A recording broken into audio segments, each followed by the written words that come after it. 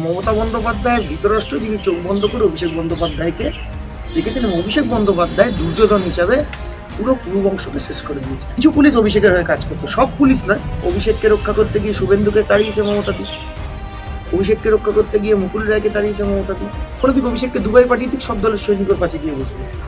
মানে অভিষেকে অ্যালার্জি দলটাকে শেষ করে দিল অভিষেক আমি বলছি IPAC is a serious issue for not accepting us by the people Trinamool Congress.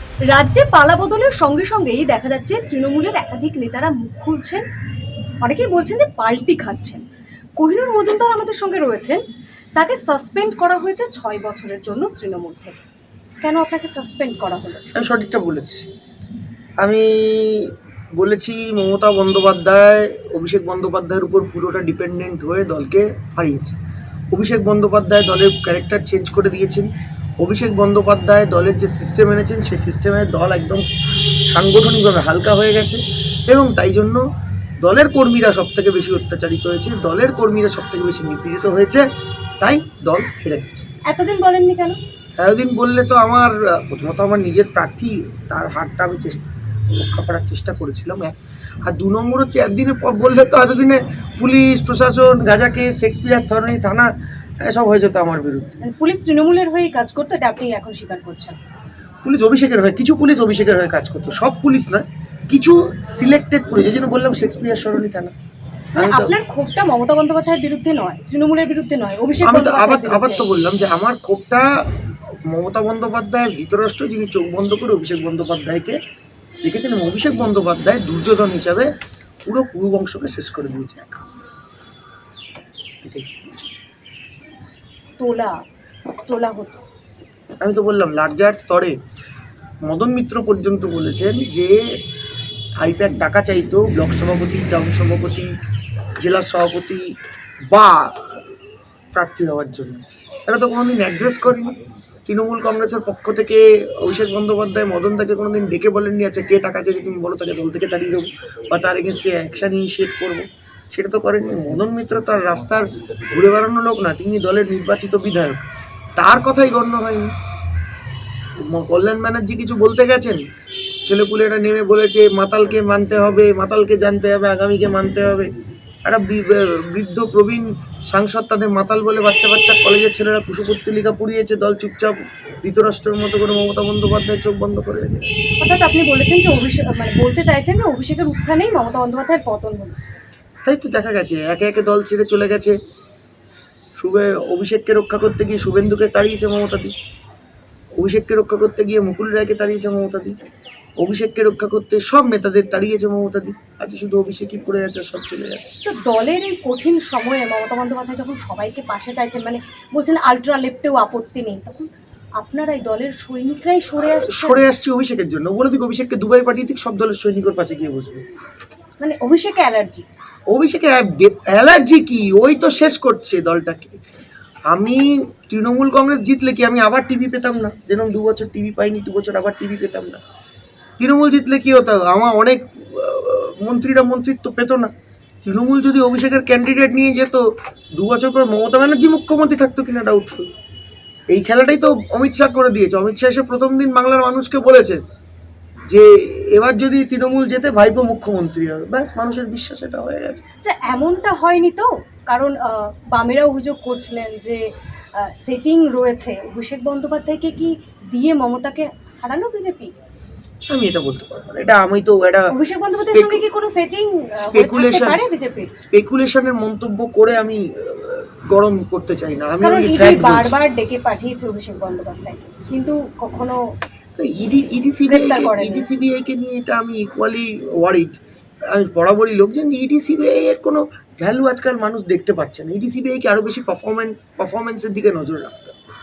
তাই ইডিসিবিআইকে ডেকে, আর অভিষেককে সেটিং করতে লাগে না। মমতা দিয়ে অভিষেককে সামনে রাখলেই তৃণমূল কংগ্রেস হেরে যাবে। আলাদা করে সেটিং করার কিছু জায়গা লাগে না বিজেপি। অভিষেককে বসিয়ে রেখে কিছু করতে হবে না, অভিষেককে সামনে রাখলেই মমতা দিয়ে মিটিয়ে হেরে যাবে। বহুবারের রেকর্ড আছে তার। যখন যখন অভিষেক সামনে এসছে রেজাল্ট খারাপ হয়েছে। 2019 রেজাল্ট খারাপ হয়েছে। যখন যখন এগিয়েছে তখন রেজাল্ট খারাপ হয়েছে। আজকে তো এই অবস্থা হয়ে গেল। তো আপনি বলছেন যে তোলা হতো, এই সমস্ত বিষয়গুলোর মধ্যে আপনি ছিলেন না? আমার তো প্রার্থী হওয়ার সুযোগও নেই, কিন্তু আমি ব্লক সভাপতি হওয়ারও সুযোগ নেই, আমার সঙ্গে অভিষেক কথাও বলে না গত 2-2.5 বছর। অভিষেকের কেউ কথাই বলে না। তাহলে তৃণমূলটা করতেন কেন আপনি? আমার দেখুন, মানে আমার সবাই তো বলে যে তৃণমূলের সবাই চোর নাকি। দেখুন আমি সামনে থেকে তৃণমূল কংগ্রেসের যারা আমাদের কর্মীরা আছে, যারা কর্মী সাধারণ, তাদের চুরি করতে দেখি। এবার কোনো কোনো কাউন্সিলর 10,000 12,000 জলের জন্য ঠিক আছে এটা কিনেছে ওই নিয়েছে এরকম কিছু টুকটাক, গ্রস লেভেল চুরি আমার চোখের সামনে আমার নিজের কেন্দ্রে তৃণমূল কংগ্রেসকে আমি করতে দেখি। আর সেটা নিয়ে বিজেপিও যে খুব এবছর টালিগঞ্জে প্রচার করেছে যে অরূপ বিশ্বাস চুরি করেছে, এমনটাও কোথাও কিছু হয়নি। তো আমি সেটা দেখিনি। কিন্তু দেখুন, তৃণমূল কংগ্রেসে যে সময়টা শুরু করেছিলাম একটা প্যাশন ছিল তৃণমূল কংগ্রেস। আজকে যখন 20 বছর পর ছেড়ে দিতে হচ্ছে দুঃখ লাগছে। আজকেও বহু জায়গায় বলতে সুযোগ রেখেছে যে 6 বছরের জন্য সাসপেন্ড করেছে। তারপর দল নেওয়ার জন্য আর কেউ থাকবে তৃণমূলে বলে নয়। 6 বছর পর ফিরে এসে আমি কার কাছে সাসপেনশন উইথড্র করার অ্যাপিল করব? আপনার আপনি বলছেন আবেগের সঙ্গে দলটা করেছেন, শুরু করেছেন, আর আপনি সেই মুখে বলছেন যে দলটাই থাকবে না। খারাপ লাগা কাজ করছে মনে হচ্ছে আপনার। করছে। দেখুন, শুরু কলেজ জীবন তৃণমূল ছাত্র পরিষদ থেকে শুরু করে তৃণমূল কংগ্রেসের খারাপ লাগা তো এটা কেউ অস্বীকার করতে পারবে যে 20 বছর একটা সঙ্গে আপনি ছিলেন, আপনার একটা পেন আছে তৃণমূল কংগ্রেসে, একটা ব্যাচ আছে তৃণমূল কংগ্রেসের। তৃণমূল কংগ্রেস এখনো গুচ্ছের পতাকা বাড়ির মধ্যে পড়ে আছে। আমি ডাকবো আমার পরের দিন দলীয় নেতাকে ডেকে ঢুকে তার বাড়িতে পৌঁছে দিয়ে আসার ব্যবস্থা করবো। হ্যাঁ, তো এই যে পড়ে আছে আজকে পতাকা রাস্তায়, তোলার লোকও নেই, এগুলো দেখে খারাপ লাগছে। এটা থেকে খারাপ লাগছে। আমি এটা একটা দেখো গুড সাইন দেখছি যে যেখানে বিজেপির নেতারা যাচ্ছেন তারা তৃণমূল কংগ্রেসের পতাকা তুলে রেখে দিচ্ছেন, তৃণমূল কংগ্রেসের পার্টি অফিস ফেরত দিচ্ছেন। এটা গুড সাইড অফ ডেমোক্রেসি, এটা করা উচিত। আমাদের দলের নেতাদের করা উচিত ছিল, অভিষেকের করা উচিত ছিল। আজকে টুইটার না খেলে রাস্তায় নেমে 2-4টে পার্টি অফিস পুনরুদ্ধার, যেটা শুভেন্দু অধিকারী করেছিল 2019 সালে, সেটা করা উচিত ছিল। একদিকে তৃণমূলের বিরুদ্ধে, অভিষেকের বিরুদ্ধে ক্ষোভ প্রকাশ, অন্যদিকে বিজেপির পক্ষে নরম সুর। করা যায় বিজেপিতে যাচ্ছেন? না, আমি বিজেপিতে যাচ্ছি। আমি তো বললাম যে অভিষেকের বিরুদ্ধে লড়াই করতে গেলে আমি চাঁদেও যেতে রাজি আছি। কিন্তু বিজেপিতে আছে কারা আছে? শুভেন্দু অধিকারী, সজল ঘোষ, তাপস রায়, তৃণমূলেরই প্রাক্তনীরা। হ্যাঁ, এবং এরা তো লড়াই করেনি এমন নয়। পতাকা শেষ হয়ে গেছে আমরা চলে যেতাম তাপস রায়ের বউবাজারের বাড়ি। আমাকে কলেজে প্রথম রাজনীতি করার সুযোগ দিয়েছিল Sajal Ghosh. How can I forget? এটা তো মিথ্যে কথা বলা আছে জায়গা নেই। আমরা শুভেন্দুকে অনেক বেইমান বলেছি। আজকে আমাকেও লোকে বেইমান বলবে। I will take it in good spirit. দলের কর্মীদের এখনো আবেগ আছে, তারা বলতেই পারে, তারা আমি তাদের বিরুদ্ধে কিছু বলবো না। সুযোগ দিলে আপনি যেতে পারেন বিজেপিতে। দেখুন, আপনি আমাকে যত ঘুরিয়ে ফিরিয়ে এক প্রশ্ন করবেন আমি ঘুরিয়ে ফিরিয়ে এক উত্তর দেব যে তৃণমূল কংগ্রেসের অভিষেক ব্যানার্জির নেতৃত্বে চললে আমি তার বিরুদ্ধে আছি। আমি এটা উল্টো বলতে পারি, যদি কালকে মমতা বন্দ্যোপাধ্যায় বলে যে অভিষেক বন্দ্যোপাধ্যায়কে আমি তৃণমূল থেকে সরিয়ে রাখতে বলছি, অভিষেক বন্দ্যোপাধ্যায় দেশের বাইরে চলে যাচ্ছে, বাকি যারা তৃণমূল কংগ্রেস আমাকে সমর্থন করে চলে এসো।